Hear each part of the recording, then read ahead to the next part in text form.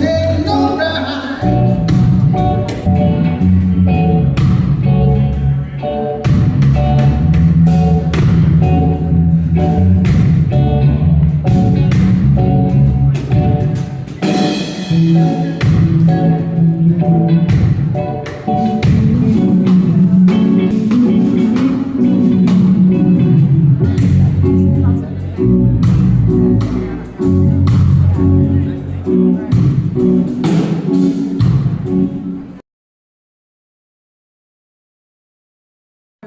Have been coordinators for Juneteenth, and this event marks a rites of passage, so to speak, where we are officially entrusting Hartnell College with continuing to honor the legacy of what you just heard from your president, the Black presence here in Salinas Valley, continuing to enlighten us with the history here, and continuing to work on shaping your future, not just the Georgia community, but continuing to have Hartnell be a host for cultural events. So I know that we have a beautiful program ahead, but this lady here standing next to me has no idea what's about to happen. For the past 6 years, Dr. Kendra Cabrera and those who would like to come up and also speak on her behalf has been tirelessly working to make sure that this event is a success. From the evolution of making sure that we have free food, the bags, the t-shirts, the swag, her heart, her compassion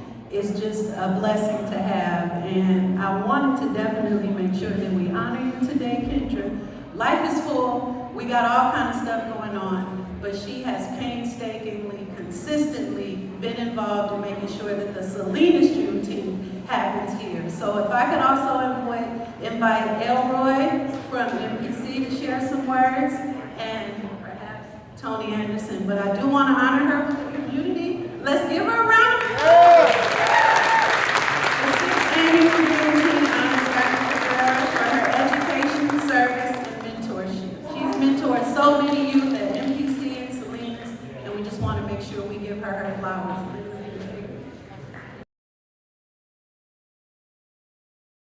To shape our future. So before I get started, as I get started in any venue, because I'm in ministry first, I want you to celebrate the person that's next to you and thank them for showing up.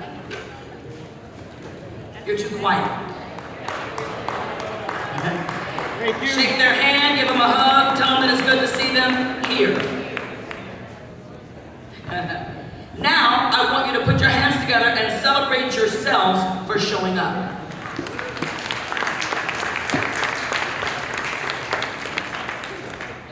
This is not just about attendance. It is about intentionality and deliberation for commemorating what Juneteenth means and how it impacts our lives today. We are in this space and at this appointed time to commemorate, which means to recall or to remember, also here to know and to understand our history and to shape our future, or can I better propose, to reshape our future. Let me ask a question. How many of us learned about Juneteenth in school? I'll wait. How many of you have not heard about it recently or saw it on social media? How many of us were actually taught this in a classroom? Right. Because Juneteenth, June 19th of 1865, when enslaved people were in Galveston were fully told, before they were fully told they were free, did not just reveal their freedom, it revealed something else. It revealed delay. Delay in justice and a delay in knowledge. Because the Emancipation Proclamation had already been signed, but the truth had not reached the people it impacted the most. And if we are honest today, some of that truth hasn't fully reached us. In celebration of Juneteenth, we know that being Black has long generational challenges. One, our horrific history that was demoralized, minimized, or only a footnote in mainstream textbooks, taught to us like a fairy tale, a cartoon, trip down memory lane. Frederick Douglass, Harriet Tubman, Sojourner Truth, Rosa Parks, Dr. Martin Luther King Jr., Malcolm X, and then recently added Barack Obama. Our current reality is diminished, demonized, criminalized, and weaponized in all systems. The political system, communities, diluting our vote, our power, and erasing our representation in government. The educational system, grateful for what's happening here at Hartnell, but Black history reduced and has been reduced in the educational system, or left out of it entirely. Laws are being used to ban books, defund diversity programs, and to restrict what teachers can say about race. Not to mention school discipline policies for Black students. The justice system. Everyday survival or mistakes are treated as major crimes. The stop and frisk laws are strategically to target specific Black neighborhoods. Black individuals are often pushed into court rather than handled with warnings or counseling. The healthcare system. The medical system has a long documented history of treating Black identity as a deviation from the norm. Due to false narratives about Blacks having thicker skin or a higher pain tolerance, and this ridiculous inflation of truth causes a delay for treatment and organ transplants. The financial and the economic system.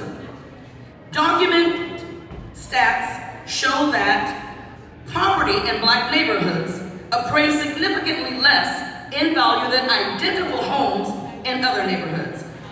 Minimal financial behaviors are falling behind on small debts are penalized so heavily with fees and legal action that they feel like crimes. The technology and the AI system. The facial recognition software is deliberately and intentionally heavily trained on white faces, resulting in wrongful arrests, racial disparities on hiring platforms, filtering out Black applicants before a human being ever sees their qualifications. The local government, mimicking our US government. Dysfunction, disorganization, and disparity. Hypocritical narratives, policies, and people with personal agendas and jelly-back confidence to make right decisions to properly steward public funds. Why? Because history and reality, especially in America, has been and is being shaped by what people in power choose or have chosen to emphasize, what has made or what makes others comfortable, and what narratives were or are prioritized over truth. So while events like this are the That's the golden time of day.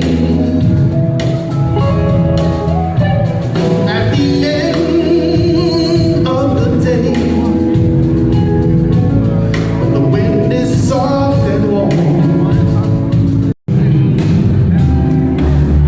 The first one is at 10 p.m. though. They're really early.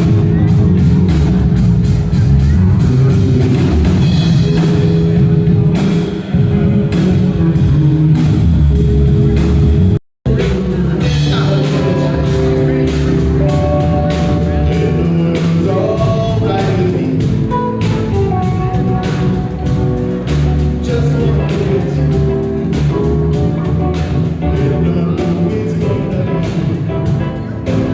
It's gonna be a lovely day. It's gonna be a lovely day.